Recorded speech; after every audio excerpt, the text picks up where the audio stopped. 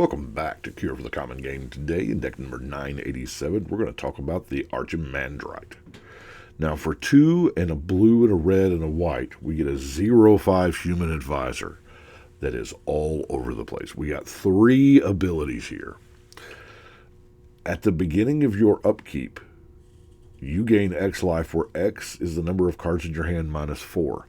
That sounds familiar. That's right. That's the text of the old Ivory Tower from Antiquities that was reprinted through Revised and 4th edition and so on. Oh, and Brothers War.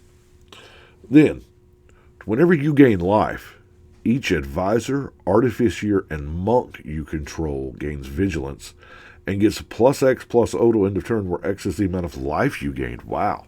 So, I'll admit I wanted to do tribal monks. There just aren't enough monks that I had access to. So, it's not tribal monks, folks.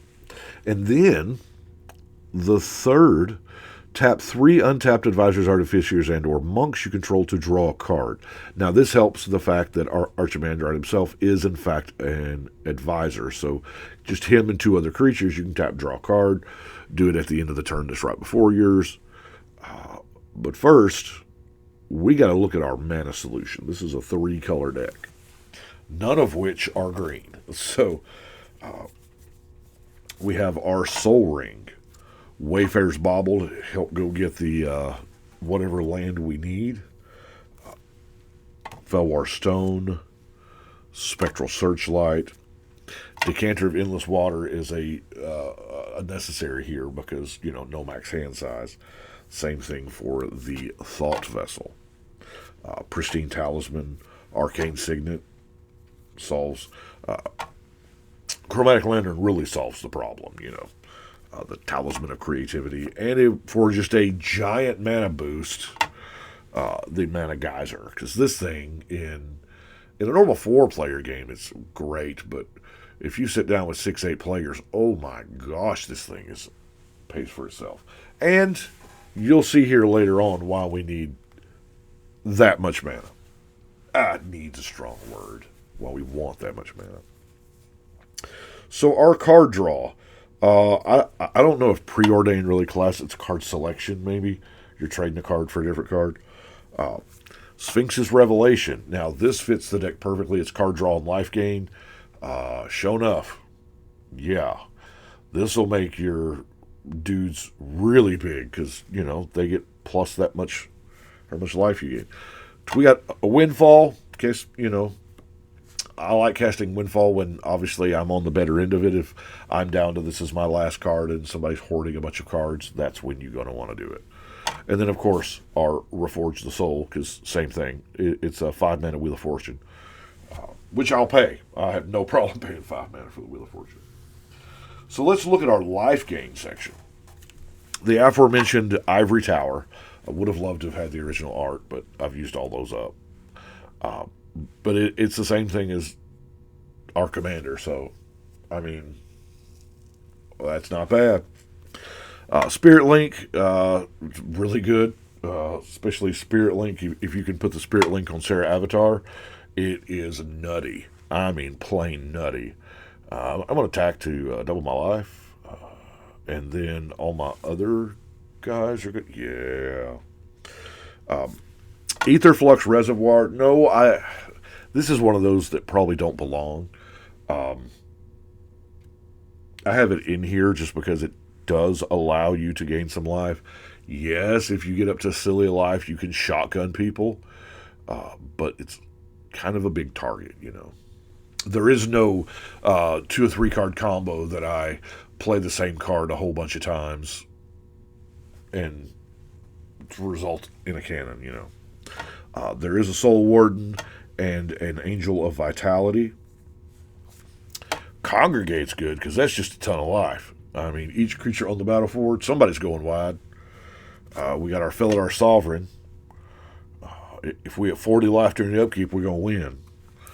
We got Test of Endurance. If we're at 50 life during our upkeep, we're going to win. And then the Angelic Accord, If you gain 4 more life, you get an angel. Sure. Now, there's 2 more cards left of the we're going to skip an order here. It's a different order than what I normally do. Y'all remember Fire Song and Sunspeaker. Red instant and sorcery spells you control have life link. Blah, blah, blah, whatever. That's what we're in it for. Yeah, the white spell will do some damage, whatever. But then we also have the Radiant Scroll Wielder that says instant and sorcery spells you control have life link. We're playing red. So that gives us access to things like Fireball, even lesser so, Lightning Bolt, Blaze, Disintegrate, Chain Lightning. What about the big stuff like Pyroclasm? 2 damage to everything. You're going to gain that much life because it has lifelink? What? Chain Reaction's a bigger version of it. Oh my gosh. Blasphemous Act. Can you imagine the amount of life you would gain off of a Blasphemous Act with lifelink? Just fun, silly times. And then if you had your Ether Flux, you could probably just nuke everybody at the table. Of course, the Comet Storm as well. But that's off on a tangent. We've got to have creatures to... Because we're gaining this life, and yeah, we got a few ways to win that's not. But let's face it, in the classic Brian Canada fashion, we want to play creatures and turn them sideways, right?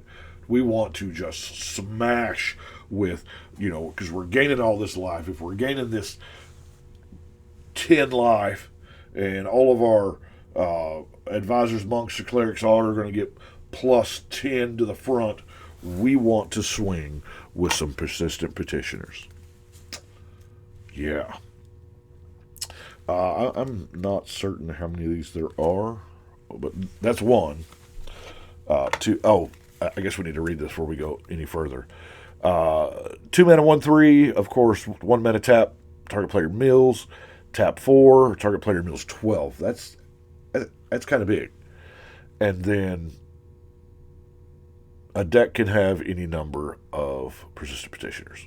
So that's 2, 3, 4, 5, 6, 7, 8, 9, 10, 11, 12, 13, 14, 15. So 15. So it's in this deck. It's not about milling somebody out, because people do that all the time. It's about advisor smash, right? Because they just don't see that coming. Then we've got our other category here.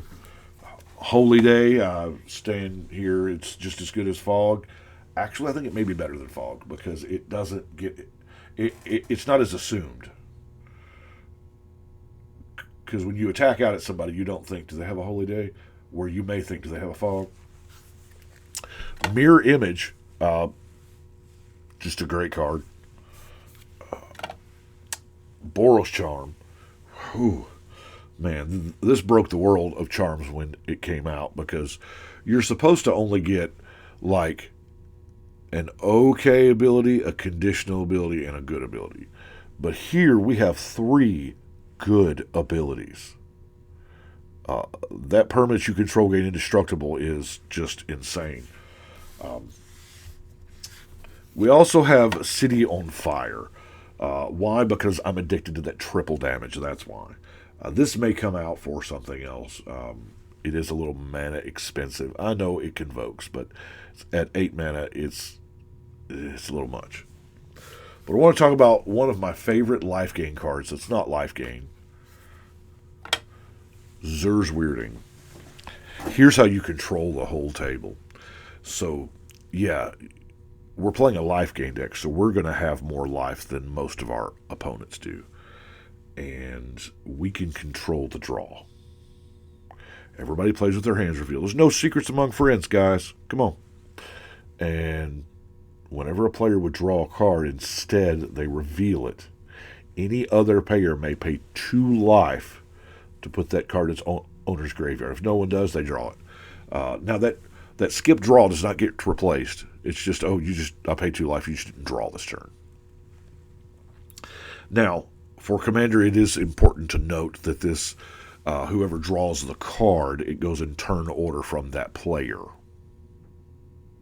So, if you tend to get lucky and you are last in the rotation, there is a level of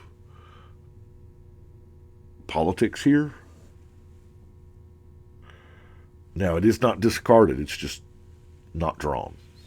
So, yeah, it's wild, and I like it in places where I can net more life than I'm spending, because really there's only a few things you care about.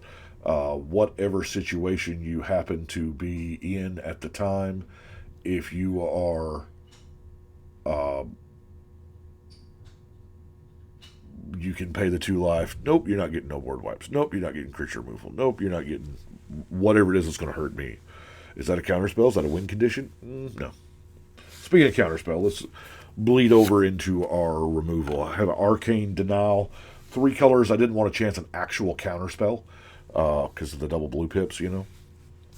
We have a Chaos Warp, Vandal Blast, and lastly, Erase.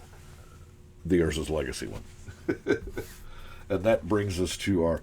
That's an old joke from an unset decades ago. To our non-basic lands. Nothing really special here. The Command Tower.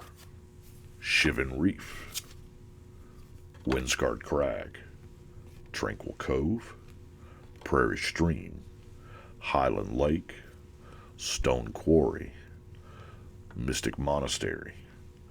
Molten Tributary. Port Town. Evolving Wilds. Terramorphic Expanse. Exotic Orchard. And Path of Ancestry. And that is what we have got for the Archimandrite. I haven't played this one yet. But it is a very Brian kind of deck that makes me kind of want to play it. Anyway, that's what I've got for today. I appreciate y'all watching, liking, subscribing. And if you haven't, take a second to do that real quick. But for now, we're going to shuffle and cut.